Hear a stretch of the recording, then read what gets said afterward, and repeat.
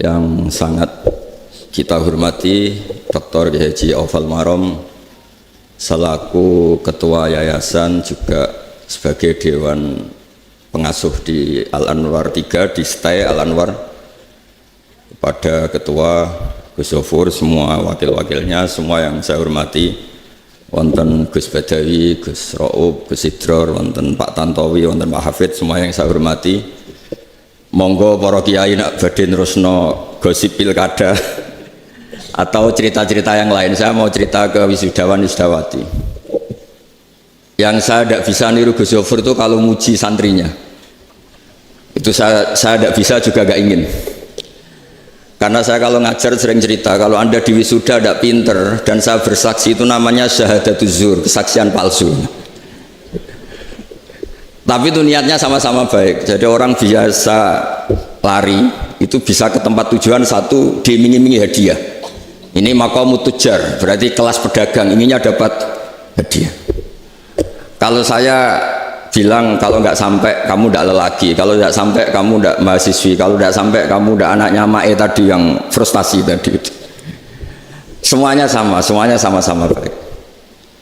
Kemudian saya ini paling tidak bisa pidato itu, karena saya ini kiai betul, bisanya ngajar. Kalau ngajar bisa 4 jam, kalau seperti ini paling 15 menit sudah luar biasa ini.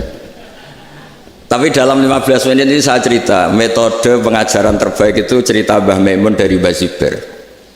Satu itu kata beliau, hak karena santri sekarang banyak, tidak mungkin kamu sorogan. Ini saksinya ada Gus Zofur, ada Pak Najib, ada teman-teman. Kowe maca kitab wae sak-isa-isamu, kok angger padha mek gurumu berarti pinter. Nak rapati padha ya setengah pinter. Nak beda kabeh berarti goblok banget. Nah, terus dari sekian itu ada cerita lucu dan ini menarik karena ada orang Jakarta, orang Betawi itu makno pegon. Gurunya itu enggak memberitahu, dia nulisnya itu albedo tangi anduk, jadi orang yang mencuri anduk. Sama gurunya ditegur, cong iku ora anduk, iku ndok. Karena bacanya Al-Mukarram Haji Najib Maimun rawuh, alhamdulillah. Jadi karena dibaca anduk tadi, karena beliau orang Betawi, terus dibenerin sama gurunya endok. Tapi setelah dibenerin, murid ini masih balik loh. Memangnya kalau nyuri anduk nggak boleh, Pak? Ya nggak boleh, ya berarti sama, nyuri endok sama anduk itu sama-sama nggak boleh. Tapi itu pelajaran bagi kita bahwa menyamakan. Saya dapat cerita itu 2 kali, satu dari Mbah Maimun, 2 dari Kiai Sahal. Kiai Sahal kenangannya ngaji sama Mbah Zubair. Ya, kenangannya ngaji sama Mbah Zubair itu cerita saya, beliau punya grup belajar untuk baca Lubul Usul. Kemudian beliau belajar sendiri, malamnya ngaji sama Mbah Zubair. Ketika tingkat kemiripannya 70%, beliau merasa kurang sempurna, sampai tingkat kesamaannya benar-benar 100%. Ketika sudah 100%, beliau disahkan oleh Mbah Zubair untuk ngorek Lubul Usul. Dan saking lamanya ngorek itu sama teman-temannya sampai beliau bisa nulis Thariqatul Fusul fi Syarhi Lubil Usul. Nah, itu yang perlu ditiru dari anak-anak. Kan nggak mungkin Gus Zofur itu dengerin anak sorogan, nggak mungkin. Selain santrinya banyak juga tadi ada yang frustasi tadi itu kan sudah nggak bisa diajari, itu udah bunuh diri sudah bagus tadi itu sudah. Tapi kalau baca sendiri kemudian ngecek, karena beberapa santri itu ya benar-benar kacau baca. Ada, saya zaman di pondok itu masih ada yang tanya, Gus maknane lam tarjiman itu apa? Itu dicari di kamus tuh nggak ketemu. Setelah tak cari ternyata ditunjukkan kitabnya itu tentang perempuan yang head lam tarodaman, tapi dia bacanya itu lam tarjiman itu. Itu kan kacau betul itu. Makanya kenangannya Syekhul Islam Zakaria Al-Ansori di kitabnya Habib Zain bin Semit, kitab Al-Manhajus Sawi, itu diceritakan, saya sealim ini itu berkahnya punya 2 sisi yang ngadili saya. Beliau ngendikan dukiktu baina hajaro ini, saya punya guru yang disiplinnya minta ampun, yaitu Ibnu Hajar Al-Asqalani. Jika saya kalau ngaji harus belajar karena sering disuruh baca. Pas saya jadi kiai punya murid yang cerdas sekali, yaitu namanya Ibnu Hajar Al-Hitami. Jadi konangan goblok nengarepe guru ya isin, konangan goblok nengarepe santri juga isin. Berkahnya itu beliau meskipun sudah alim alama tetap belajar. Dan ketika beliau sampai ila darajati dapat gelar Syekhul Islam itu, beliau menang itu dengan ngendikan dukik tu bena hajarain. Kalau bahasa Jawanya itu digebek, saya ini diasuh oleh dua batu. Satu Ibnu Hajar al Asqalani, muridnya Ibnu Hajar al Hitami. Teman-teman anak-anak yang saya cintai, yang saya hormati, bahwa pengajaran metode qiraah al-syekh itu penting sekali, karena itu Anda yang memutuskan.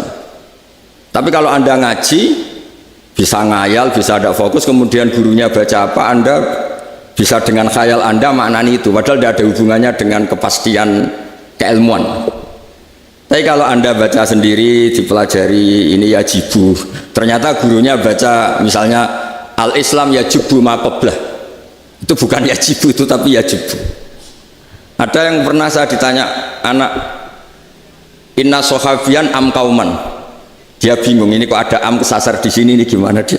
Karena dia tidak punya memori bahwa ada bahasa amma kauman, mengimami kaum. Jadi berkahnya kita belajar terus kita tahu, mungkin kita pas belajar baca am kauman, kemudian dibenahi guru ternyata bacanya amma kauman. Begitu seterusnya, sehingga ada kemandirian Anda ketika nanti jadi tokoh atau jadi kiai atau jadi ustaz. Ini saya mohon sekali, karena problem sekarang itu at-talaqi min afahil masyayikh itu tidak dibarengi qiraatan ala syekh. Dulu qiraatan ala syekh itu kayak fardhu ain, kayak satu keharusan. Masyhur di cerita Imam Malik ketika punya murid masih anak-anak, masih 13 tahun, Kila itu mau belajar, beliau nyuruh, sudah kamu belajar sama ustadz aja, enggak, samanya sama Anda, sampai 3 kali.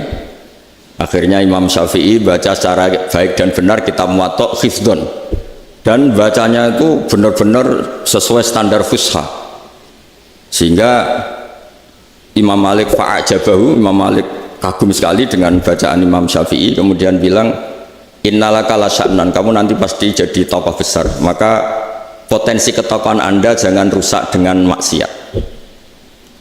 Dan saat itu ini cerita diroyah yang sering didawahkan Mbah Zubair, qaddimid diroyah ala riwayah.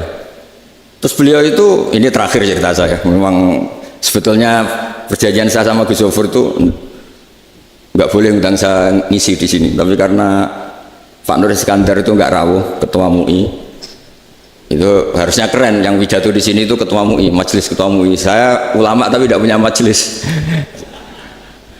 tapi nanti di akhirat insya Allah punya. Ya akhirnya Imam Syafi'i itu dulu itu sangat suka yang namanya miskin, karena beliau cara berpikir itu kalau miskin tuh enak, ketemu Allah tidak punya hisab. Ini juga diroyah, yang mau diaudit apanya, tidak punya apa-apa, punya kertas skripsi ya dibuang-buang kayak tadi itu. Terus ketika Imam Malik mau wafat, beliau dipesenin supaya belajar ke Irak di Muhammad bin Hasan Asyibani. Ketika belajar di sana, ini cerita saat terakhir, Muhammad bin Hasan itu meletakkan emas-emas, uang-uang itu di meja tamu. Beliau agak berontak, ini kiai kok kedonyan itu. Terus Muhammad bin Hasan ini Asyibani terus bilang, ya Aba Abdillah, panggilannya Imam Syafi'i, kalau Anda tidak suka orang soleh punya uang banyak, ini tak kasihkan orang dolim, orang fasik, biar dipakai judi, dipakai maksiat. Jangan, harta harus dikuasai orang soleh biar dipakai kebaikan. Semenjak itu Imam Syafi'i merubah fatwanya, sampai-sampai kata Mbah Mun itu saking kebablasannya, kata Mbah Mun, sampai wong Islam kelar tuku Innova misalnya, kok kelar tuku kairi tua itu dosa, karena itu dillah kan. Ya itu terus sampai keterusan sekarang itu orang-orang Syafi'i mesti seneng kaya, tapi alhamdulillah banyak yang nggak kesampaian, jadi tetap maliki gitu. Jadi tapi apapun itu menjadi satu pengetahuan bahwa kita jabat seperti tadi Kaji Hafid itu gelarnya sudah Kiai Haji Abdul Hafid, jadi orang yang nggak mau pensiun, maksudnya setelah jadi bupati langsung jadi kiai lagi gitu. Itu kata Imam Syafi'i itu harus ada tasallutus soleh ala zolim, sehingga orang soleh itu yang mimpin ngatur orang zolim, jangan sampai ada tasallutus zolim ala soleh, yang mimpin itu orang fasik kemudian yang dipimpin orang soleh. Jadi normalnya orang-orang nakal itu kalau ada Satpol PP lari, jangan kebalik, orang-orang judi ada Satpol PP malah yang Satpol PP nya lari. Ini namanya tasallutul fasik ala zolim, ala tasallutul fasik ala soleh. Maksudnya saya cerita ini supaya teman-teman punya cita-cita yang luhur, baik secara peradaban, secara keilmuan, syukur-syukur secara status, bukan karena masalah al-hududud dunyawiyah, tapi masalah ada tasallut. Ketika Anda terkenal wisudawan, ahli tafsir, alim alama, karena ngaji dapat berkahnya Mbah Maimun, berkahnya Mbah Naji, berkahnya semua mas saya sarang, berkahnya Gus Zofur. Kemudian otoritas tafsir ini diserahkan ke Anda. Dan Anda ngendikan tafsir sesuai literasi, sesuai referensi kitab-kitab tafsir yang muktabar. Sehingga orang-orang, bahasa kasarnya itu, kalau di Jogja istilahnya penumpang gelap, orang-orang yang nggak nekuni ilmu, itu nggak berani ngadepi Anda. Karena ada yang juara tadi, internasional tadi kata Pak Gofur itu. Saya tapi tidak bisa sering muji, karena kalau saya ketemu anak itu yang juara internasional, tak tes. Kalau ndak tak turunkan jadi juara RT. Ya, ngoten mawon. Assalamualaikum warahmatullahi wabarakatuh.